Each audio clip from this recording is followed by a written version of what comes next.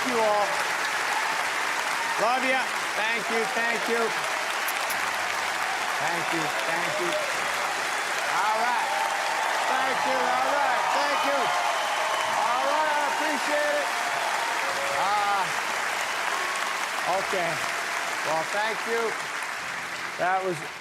This is a nice feeling, and thank you. I love you, and I appreciate it, so here we go. Hello, my name is Adam Sandler. And I am the 2023 Mark Twain Humor Prize Award recipient for greatness in American funny and bringing the thunderous belly laugh to the sweet people of planet Earth. Can I get a hell yeah? To all my amazing buddies who spoke earlier tonight, thank you from the deepest part of my heart. The whole time I was listening to you, I was filled with gratitude that the original people the Kennedy Center asked to come couldn't make it. Nicholson, Hoffman, Pacino all had prior dinner reservations that they could not cancel. And as you guys babbled on and on about me, I couldn't help but think, the hell with ratings and talent. You guys are my real friends.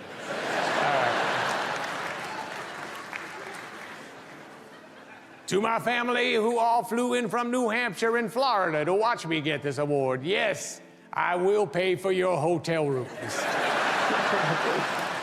But you gotta pay for your own incidentals, mother. How many pistachios can one woman eat?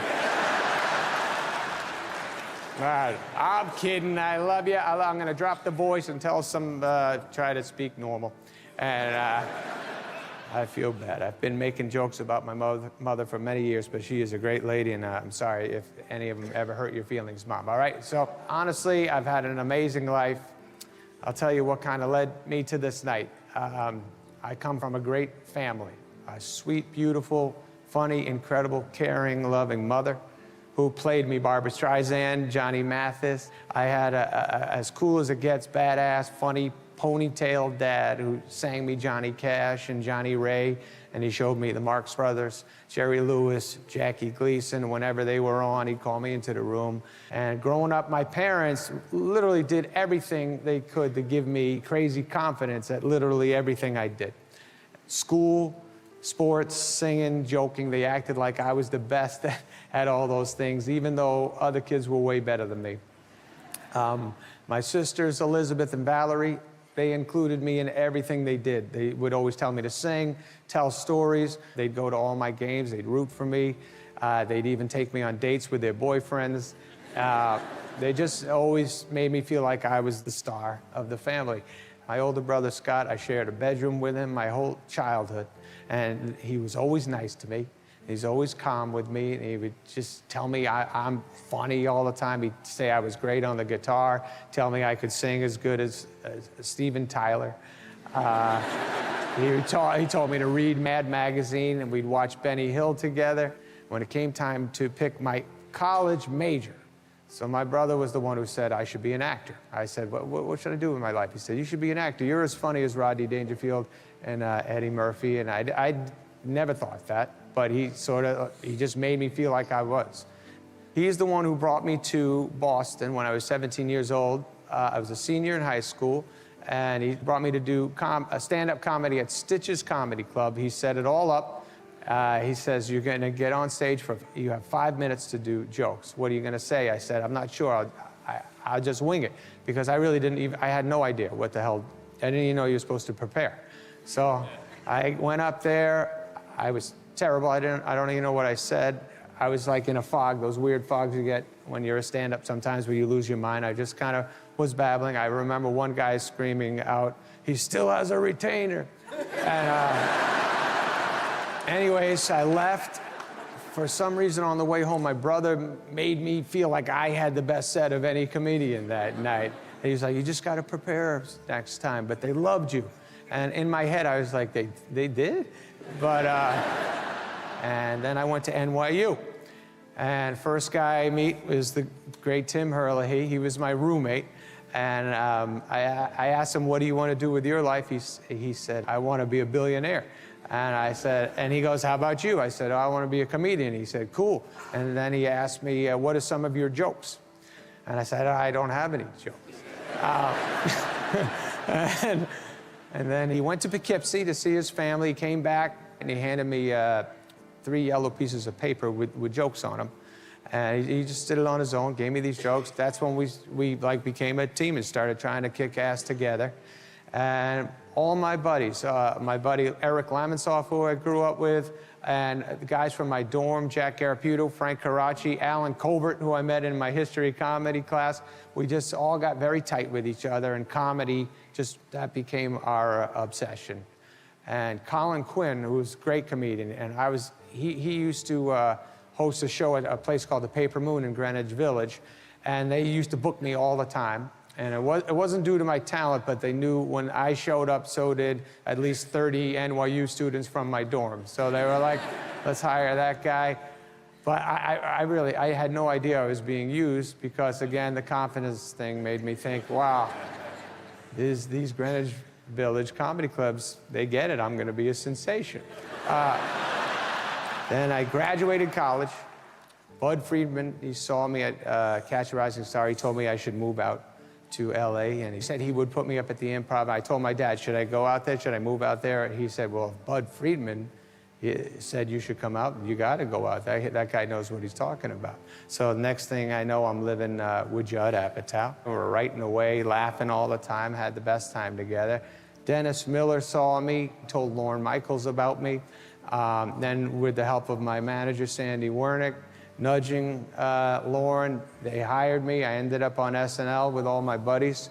Every one of these, my castmates became my best friends. We all had each other's backs immediately. Lots of the castmates and lots of the writers I got to know seemed to have that same kind of confidence about themselves I had, like a weird comedy confidence that we thought we knew what was funny and the world needed to see it. Me and Herlihy started writing Billy Madison over the facts. Then Bob Simons, who produced Airheads, he read the script. He said, you really want to make that movie? I can get it done for you. We were like, yeah, absolutely. And Bob did that for us. And then we really started getting cooking. We started writing all our stuff and producing and directing and editing, and we were very hands-on, and it became like an addiction. And we knew the movies we worshipped growing up and quoted growing up, and we kind of wanted to attempt to do stuff like that for the next generation. And having a kid come up to you and say they like the line from your movie or one of the comedy albums or something like that, that literally was the best feeling I could ever get. Until one night, and that night will always be my favorite night of my life. So Stephen Dorff was having a birthday party. And my agent and buddy Adam Bennett said to me, let's go. I go, I sit at a table, my buddy Dallas introduces me to that woman over there. And from that moment on, I just couldn't keep my eyes off her. She was sweet, she was gorgeous, as nice as it gets. And as luck would have it, she also had the habit of telling me I was great at everything. My jokes were great, and she said I have good hair, said my cheeks smell good. Everything I did in her eyes, I was the best. That's at least how she made me feel. Then, thank you.